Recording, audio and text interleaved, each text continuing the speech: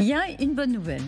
Une bonne nouvelle ce matin, c'est que le verrou de Rafah a sauté, pour dire les choses familièrement. Au sud de Gaza, vous le savez, il y a un point frontière avec l'Égypte qui s'appelle Rafah, qui est à Rafah, pardon. Et pour la première fois depuis le début de cette guerre lancée par le Hamas contre Israël, eh bien, des dizaines d'étrangers et de binationaux ont pu quitter ce territoire.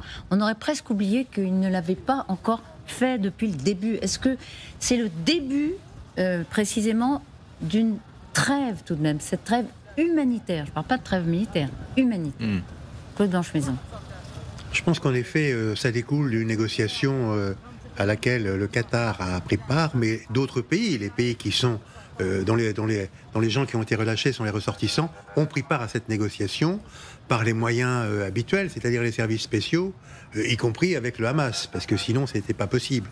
Et je pense que finalement, le Hamas a réalisé qu'il avait probablement intérêt à se défaire de ces personnes qui vivaient dans la bande de Gaza, parce que c'était une source permanente de tensions avec un grand nombre de pays, tous les pays qui avaient des ressortissants dans cette bande de Gaza. C'était d'ailleurs peut-être à l'origine un des motifs d'envoyer un navire vers les côtes israéliennes. Américain.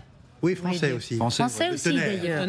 Ah, pardon, vous avez raison. C'était pour exfiltrer les ressortissants français. C'est pas la peine, tant mieux, puisque la négociation fait qu'ils peuvent sortir par Rafah et par l'Égypte, tant mieux, bien sûr. Mais il faudrait aussi savoir si combien ont été sortis, si tous ceux qui voulaient sortir sont sortis, parce qu'il y a des gens qui veulent rester. Il y a des gens qui veulent rester, qui ont un engagement humanitaire et qui veulent rester pour aider la population. 545 binationaux étrangers, je vous donne ce chiffre que je découvre à l'instant, seraient ainsi autorisés à quitter la bande de Gaza. On ne sait pas précisément, par exemple, côté français, combien de binationaux ou français 100%, si je puis dire, sont dans cette bande de Gaza. C'est-à-dire qu'il y a, comme vient de le dire monsieur l'ambassadeur, il y a à la fois des humanitaires, des diplomates, puis des familles, des gens qui sont venus visiter leur famille et qui se sont retrouvés piégés dans la bande de Gaza au moment de cette nouvelle guerre. C'est difficile d'évaluer... autour de 100, plus 150, je crois, ça a été les chiffres à peu près mentionnés, mais je suis très prudente parce qu'il n'y a pas de chiffre précis. Donc ils seraient autorisés, certains sont déjà partis, si je puis dire, vers l'Égypte, pas encore tous. Là, c'est le nombre de personnes qui pourraient passer. Donc, résultat, fruit d'une négociation, dites-vous, où il y avait le Qatar, mais pas seulement, évidemment en face le Hamas, et le Hamas qui autorise cela, et Israël aussi. Israël, évidemment, est dans cette négociation. Il s'agit de sécuriser aussi ces sorties. Donc c'est une bonne nouvelle.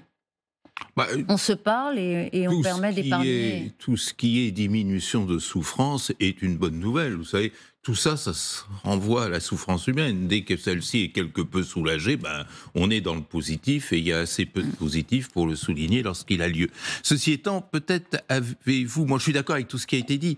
Simplement, peut-être a-t-on omis un acteur essentiel et incroyablement mystérieux depuis le début de cette séquence, qu'est l'Égypte. Parce que l'Égypte était peut-être pas l'allié, mais en tous les cas le connivent d'Israël pendant de longues années pour fermer le terminal de Rafah. Et là, maintenant, on voit presque le modèle inverse se mettre en place. D'un certain point de vue, Israël serait favorable à ce que des Gazaouis ou des résidents à Gaza puissent sortir par le terminal de Rafah. Et là, c'est l'Égypte qui y regarde à deux fois et a même plutôt une attitude hostile. Alors, ce qu'il faut suivre et comprendre, parce qu'on ne le fait pas suffisamment dans ce conflit, c'est la subtilité ou le dédale de la position égyptienne. Qui est à triple détente. C'est pour ça qu'elle est difficile à comprendre.